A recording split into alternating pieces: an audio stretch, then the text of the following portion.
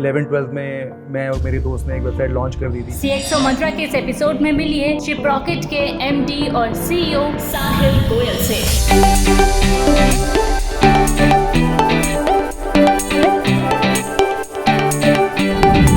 थोड़ा ना शादी की तरह ही होता है, अच्छा। जिसको जब जो मिलना होता है मिल जाता है। देखो, आप इन्वेस्टर्स नैया पार भी लगा सकते हैं। और Did Zomato offer to buy Shiprocket? एक शिप जो अब रॉकेट बन गई है। रॉकेट भी छोटा मोटा नहीं, 106 यूनिकॉर्न जितना बड़ा।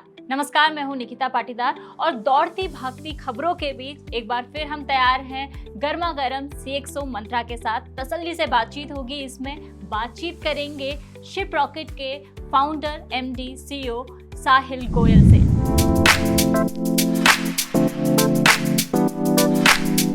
शिपरॉकेट ई-कॉमर्स के लिए शिपिंग और लॉजिस्टिक्स सॉल्यूशन देने वाली एक भारतीय कंपनी। इस सेल्फ ड्रिवन टूल की मदद से ऑनलाइन सेलर आसानी से शिपिंग का मैनेजमेंट कर सकते हैं। 2012 में शुरू हुई शिपरॉकेट डेटा और AI का इस्तेमाल कर मौजूदा लॉजिस्टिक इंफ्रास्ट्रक्चर को कस्टमाइज करता है। इसकी मदद से सेलर्स भारत के 24,000 से ज्यादा पिन कोड पर प्रोडक्ट्स भेज सकते हैं। कंपनी 2.5 लाख से ज्यादा डिजिटल रिटेलर्स को सपोर्ट करने का दावा करती है। इनमें सैमसंग, मामाअर्थ, डिकैथलॉन और एम कैफीन जैसे बड़े नाम शामिल हैं। हर दिन 2 लाख से ज्यादा शिपमेंट करने वाली ये कंपनी दुनिया भर के 220 से ज्यादा देशों में मौजूद है। 2022 में शिपरॉकेट ने B2B और B2C logistic courier aggregator picker के साथ हाथ मिलाया और लगभग $1.2 बिलियन की वैल्यू के साथ कंपनी देश की 106th यूनिकॉर्न बनी। लेकिन कैसे काम करती है शिपिंग और लॉजिस्टिक सॉल्यूशंस की दुनिया?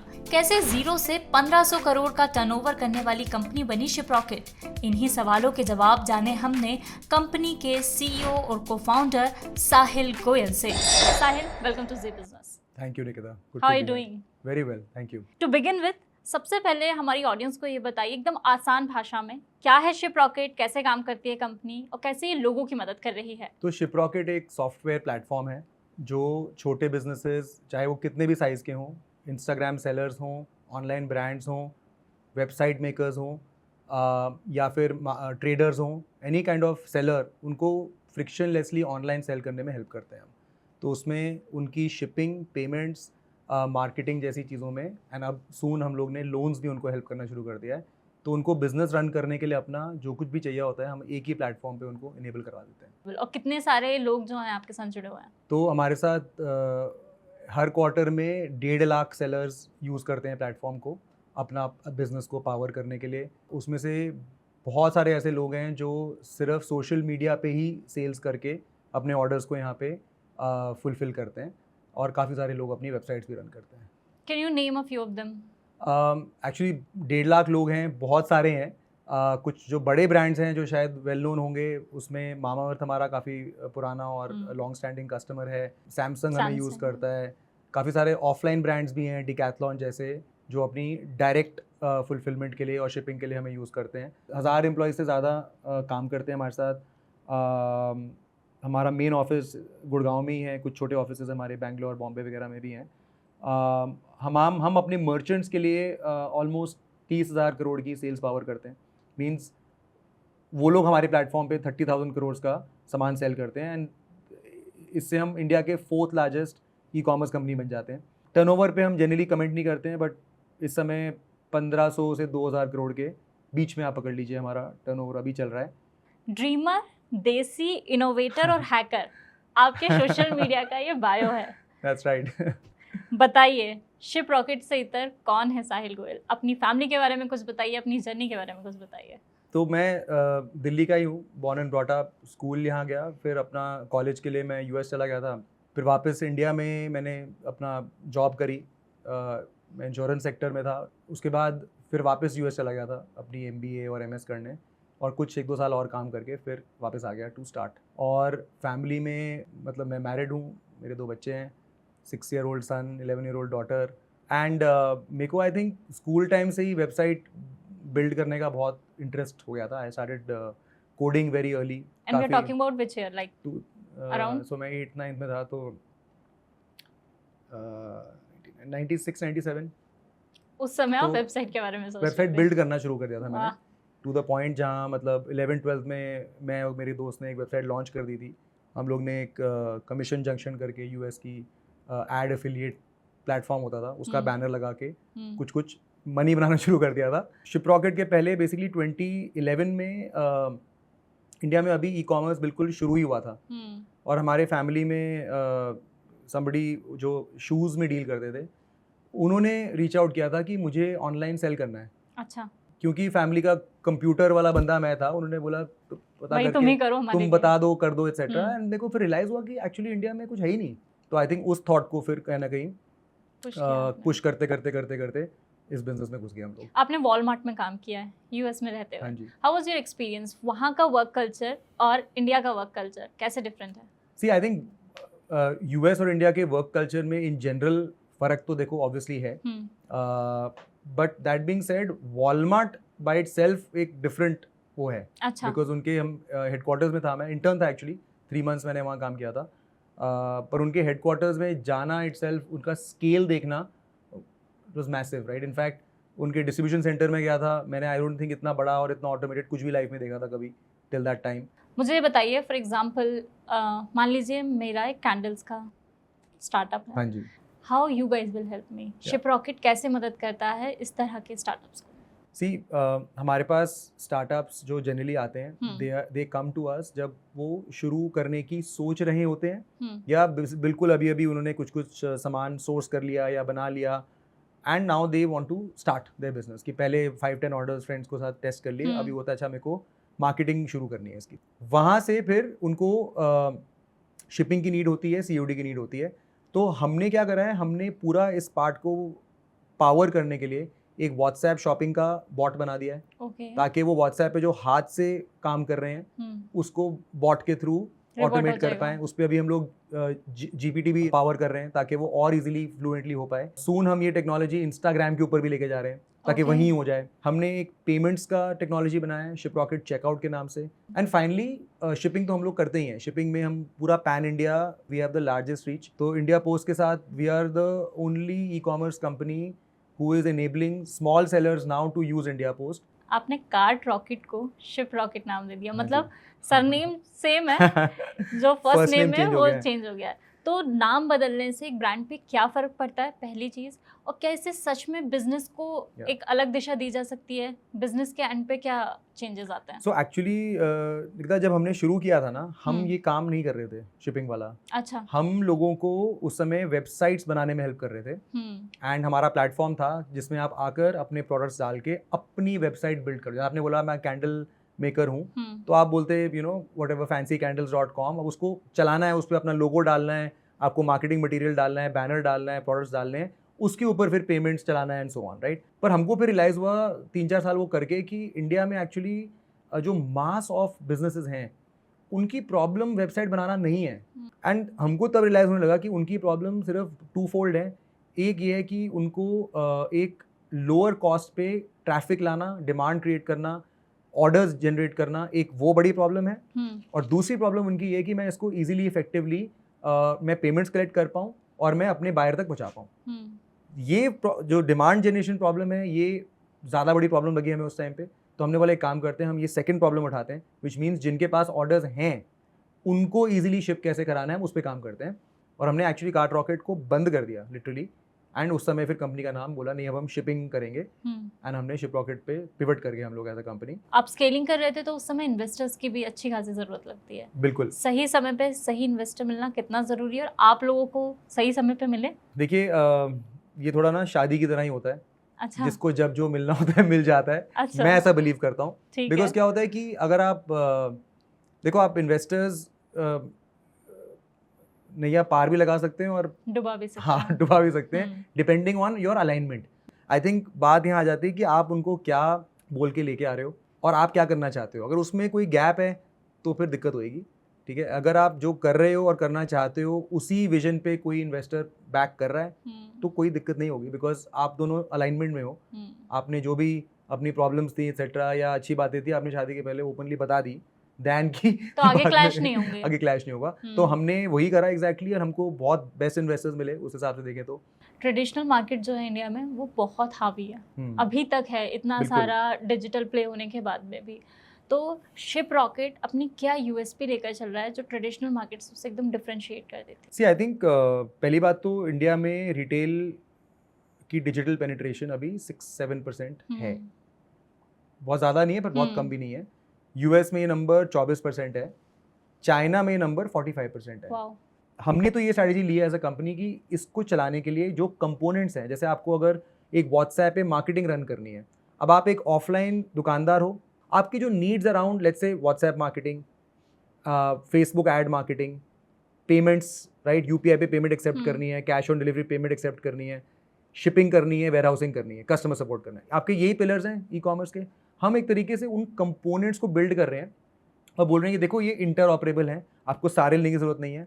आपको अगर मेरे से खाली एक काम करना है आप मेरे से कर लो, बाकी आप खुद करो, खुद कर लो, आपको जो सर्विस लग रही है वो आप यूज कर लो। And that is the main thing. हम बोल रहे हैं हम तरीका बना रहे हैं ई कॉमर्स करने का, दैन हम बता रहे हैं ई कॉमर्स कैसे होगा।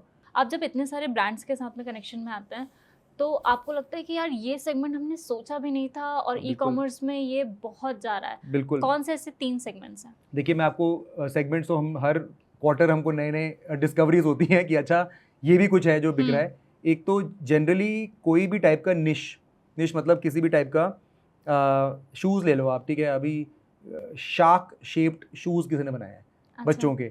अब वो एक बस ट्रेंड है या कुछ एक बना दिए हैं उसको, कहीं से इंसाइट होगी, कहीं से पता होगा, ठीक है। तो ऐसे तो बहुत सारे ब्रेकआउट कैटेगरीज हम लोग बोलते हैं, हमको दिखती रहती हैं प्लेटफॉर्म पे। कुछ इंटरेस्टिंग केस स्टडीज हमारे पास हैं, जैसे कि मैसूर के पास एक बेल्ट है जहाँ पे एक certain kind of hair oil है जिसको बोलते हैं आदिवासी हेयर ऑयल, और उसकी बहुत डिमांड है। उनकी प्रॉब्लम ये हो रही थी कि यार हमको मतलब पिकअप और डिलीवरी में बहुत इशू आता है। हमारे प्लेटफॉर्म पे हमको कुछ लोग दिखे, हम लोग जाके विजिट किए, उनसे बात करे, and ultimately we found out कि वो इतना रिमोट है जगह कि वहाँ पे टिपिकल कुरियर पिकअप डिलीवरी नहीं हो सकती। और हम लोग ने जाके फिर वहाँ पे एक छोटा मतलब सेंटर हब टाइप का बिल्ड किया और फिर कुरियर कंपनी से मतलब सोल्यूशन बना के कि यार इसको मिलके सॉल्व करते हैं, लोग की हेल्प करते हैं, और उनका बिजनेस वहाँ से फिर मतलब ऑलमोस्ट आई थिंक 10x हो गया है 1 साल के अंदर। तो कुछ ऐसी स्टोरीज हैं जहाँ हमें भी लगता है कि वाह यार, मतलब एक्चुअली कुछ इम्पैक्ट कर दिया, किसी को हेल्प हो गई, और ऑफ कोर्स प्लेटफॉर्म हमारा ग्रो होता है। अपैरल में इनोवेशन होती रहती है, कोई स्ट्रीट वेयर करके ब्रांड्स ला रहा है, ठीक है, टी शर्ट्स का कोई राउंड नेक टी शर्ट्स पे कोई इनोवेशन कर रहा है, तो कुछ ना कुछ ब्रांड्स इनोवेशन करते रहते हैं, एंड उधर कॉन्स्टेंटली वी फाइंड कि कुछ नया होता जा रहा है।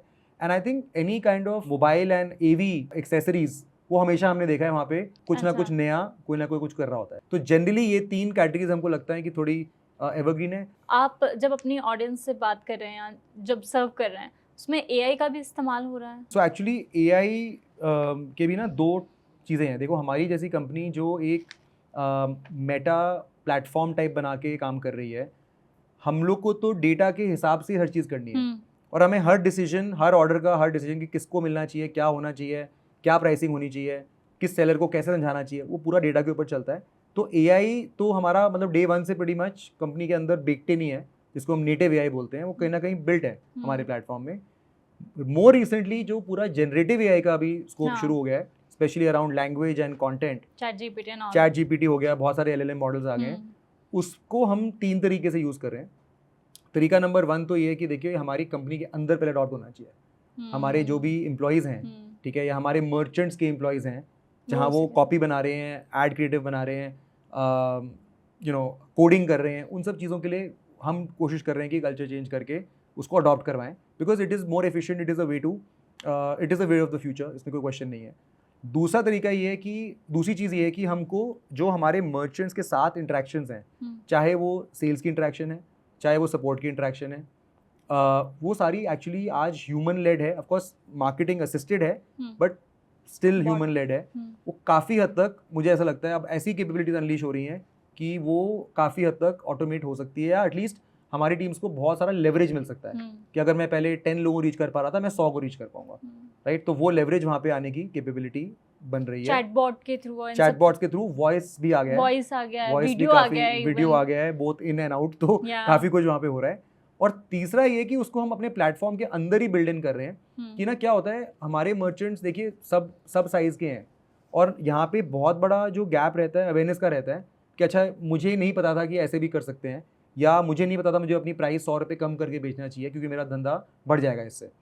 तो अब ये कुछ मैसेजेस हम उनको अगर व्हाट्सएप कर दें, ईमेल कर दें, वो हम करते हैं आज इस टाइप की चीज़ें, पर हमें ऐसा लगता है अगर हम उनको एक को पायलट या एक वर्चुअल एम्प्लॉय दे देते कि आप इससे बात करो, ये आपको रोज बताएगा कैसे करना है, असिस्टेंट दे देते हैं बेसिकली, तो हमें लगता है कि it can make a huge difference for small businesses अपना ही बिजनेस को बेटर करने के लिए, या सवाल पूछने के लिए, या कोई चीज़ वहाँ से बेटर करने के लिए. सो आई थिंक उधर आई फील लाइक काफ़ी अपॉर्चुनिटी है. एंड आई थिंक 5 years के अंदर जो 2-3 हमारे बड़े फोकस एरियाज हैं, एक आई थिंक एक्सपोर्ट का बहुत बड़ा प्ले है. क्योंकि एक तो है कि जो लोग ऑलरेडी सेल कर रहे हैं फॉरेन मार्केट प्लेसेस पे और फॉरेन बायर्स को ऑर्डर्स ला रहे हैं, उनको पावर करना, उनके लिए इफेक्टिव बनाना एक्सेट्रा. बट जो बड़ा अपॉर्चुनिटी है is to list all our merchants, जितने भी हमारे पास लोग हमारे से काम कर रहे हैं उनको अपॉर्चुनिटी देना कि आप ग्लोबल मार्केट प्लेसेस पे अपने सामान यहीं बैठे बैठे हम लिस्ट कर देते हैं और आपको ऑर्डर्स ला देते हैं. तो उस पर हमारा काफ़ी फोकस और काम जा रहा है. और दूसरा आई थिंक फोकस अगले 5 years में ये है कि इंडियन जो डोमेस्टिकली सेल कर रहे हैं मर्चेंट्स, उनको कैपिटल प्रोवाइड करना. I think one big unlock that we are finding is कि ईजिली कैपिटल नहीं मिलता है बहुत कस्टमर्स को, because lot of traditional institutions उनको समझ नहीं आता है ये बिजनेस मॉडल. वो कहते हैं आज आपका बिजनेस 6 महीने पुराना है, आपको लोन क्यों दें हम. अब बात यह है कि वो 6 महीने पुराना तो है, लेकिन अगर उनकी बिजनेस की अंडर राइटिंग एक न्यू एज मॉडल से कोई करेगा तो समझ में आ जाएगा कि इनको लोन मिलना चाहिए, बिकॉज इनका बिजनेस ग्रो कर जाएगा और प्रोडक्टिव कैपिटल है ये, वो कैपिटल पर्सनल लोन नहीं है, राइट. तो वो एक आई थिंक अपॉर्चुनिटी हमको दिख रही है. और दूसरा डोमेस्टिक बिजनेस के लिए जो इनका डिमांड जनरेशन है, जहाँ से मतलब एडवर्टीजमेंट करना या मार्केटिंग रन करके बिजनेस को और ग्रो करना, ठीक है, या सोर्सिंग इनसाइट्स में हेल्प करना कि आप अगर सामान ट्रेडिंग कर रहे हो तो आप क्या खरीदो जो बिक रहा है, तो उनकी ग्रोथ के ऊपर फोकस करना आई थिंक काफ़ी बड़ा हमारा चार्टर अभी चल रहा है. इस सेगमेंट का आखिरी सवाल, बाजार में उतरने की तैयारी है क्या? शिपरॉकेट अपना IPO लाने की तैयारी में है? देखिए हमारे जैसी कंपनी के लिए जो एक प्लेटफॉर्म कंपनी है, SMBs के लिए बनी है, हमें लगता है कि हमारे लिए एक ही डेस्टिनेशन है which is being in the public market at some point. ठीक है, तो definitely it is something we will do, right. हमें लगता है कि हमें कंपनी को एज इंस्टीट्यूशन बनाना है. जैसे मैंने बोला, हमें कंपनी को 100 years के लिए रन करना है, ठीक है. एंड वो तभी हो सकता है जब ये एक सर्टेन स्केल के बाद जाके पब्लिक शेयर होल्डर्स की प्रॉपर्टी बन जाए amongst the as a large part of the shareholding. तो definitely I think that is the goal, right. I think हमारा कोई टाइमिंग का प्लान नहीं है, निकिता. कोई ऐसा कोई डेट नहीं जिसके पीछे हम बैकवर्ड चल रहे हैं, बट हमें ये पता है कि नेक्स्ट फ्यू ईयर्स में हमें करना चाहिए. And I think we are very excited with the India में जो भी हो रहा है इस समय, और जो आई थिंक अपॉर्चुनिटी है इंडिया में. मैं इसी पे आना चाह रही थी. आपने भी गवर्नमेंट पॉलिसीज का भी जिक्र किया, कैसे ई-कॉमर्स को सरकार से मदद मिलती है? आई थिंक सरकार ई-कॉमर्स के मामले में थोड़ा सा छोटे बिजनेसेस के सपोर्ट में ही है. आई थिंक जो भी चीज़ें डिजिटल इंडिया पे हुई हैं या यूलिप के साथ हुई हैं, ठीक है, ONDC अपना काम कर रहा है, और जनरल जो ई-कॉमर्स पॉलिसी है, अब डेटा प्रोटेक्शन पॉलिसी है या एक्सपोर्ट पॉलिसी है, राइट, थ्रू DGFT, तो या इंडिया पोस्ट है, तो हम काफ़ी जगह पे इन्वॉल्व भी हैं गवर्नमेंट के साथ. एंड हमें लगता है कि बहुत सही तरीके से प्रो डेवलपमेंट फोकस है, ठीक है. छोटे बिजनेसेस के साथ बहुत मतलब काफ़ी सारा अपॉर्चुनिटी है, and government policies are definitely in the direction to help the small business. 3 सवाल मैंने लोगों से लिए हैं. हाँ जी. ऑडियंस के सवाल हैं जो भी वो पढ़ते आ रहे होंगे, उनसे रिलेटेड है. छोटे छोटे सवाल हैं, छोटे छोटे जवाब. अगर आप इन्हें एग्जाम्पल के साथ बताएंगे तो और ज़्यादा बेहतर होगा. What are the tools to keep oneself grounded and focused? I think reading to stay focused, because आजकल हमारी इंफॉर्मेशन स्नैकिंग का कल्चर हो गया है. हर चीज़ हम रील्स देखते हैं, शॉर्ट्स देखते हैं, हमको छोटे छोटे अटेंशन स्पैन्स हो गए हैं. एंड आई फाउंड कि रीडिंग करने से थोड़ा स्टेबिलिटी आ जाती है, उससे फोकस बढ़ता है. एंड ग्राउंडेड रखने के लिए तो देखिए थोड़ा पर्सनालिटी की बात होती है, but I do think that charity करना चाहिए. It keeps you grounded. अगर आप अच्छा बिजनेस चला रहे हैं, स्केल हो गए हैं, तो जो अर्ली स्टेज कंपनीज हैं उनके फाउंडर से मिलना चाहिए. मैं अपनी बात करता हूँ, for example, to remind you कि आप कहाँ से आए हो. थोड़ा उससे बहुत हेल्प होती है. Did Zomato offer to buy Shiprocket? बीच में खबरें भी बहुत आई थी, ऐसी कुछ खबरें चली थी? नहीं जी, I think Zomato and us both denied the news. ऐसा तो कुछ था नहीं, हवा में बात चली है. बिल्कुल. What is success according to you?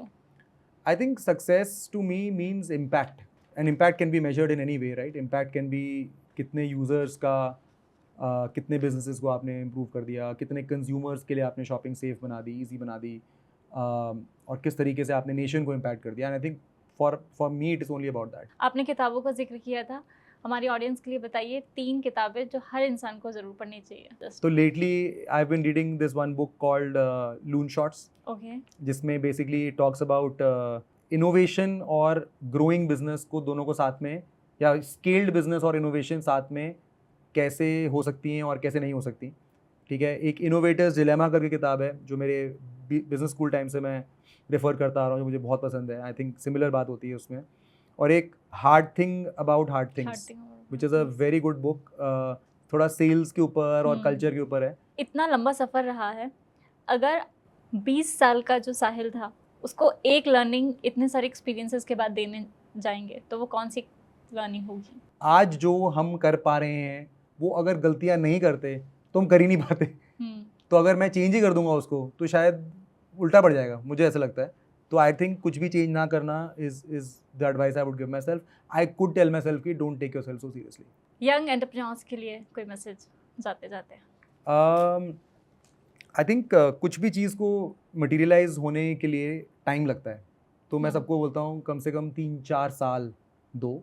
आप सोचते हो कि मैंने जॉब छोड़ दी, बिजनेस करा, 3 महीने हो गए, कुछ नहीं हो रहा। 3 महीने में कुछ नहीं होगा। वो आप न्यूज़ पढ़ते हो, वो आती है सक्सेसफुल होने के बाद, उसके जो पीछे एक पूरी जर्नी है। तो वो भी कवर करते हैं लोग, ऐसी बात नहीं है। पर मेरा मतलब ये है कि कभी कभी लोग मिस कर जाते हैं उस चीज़ को।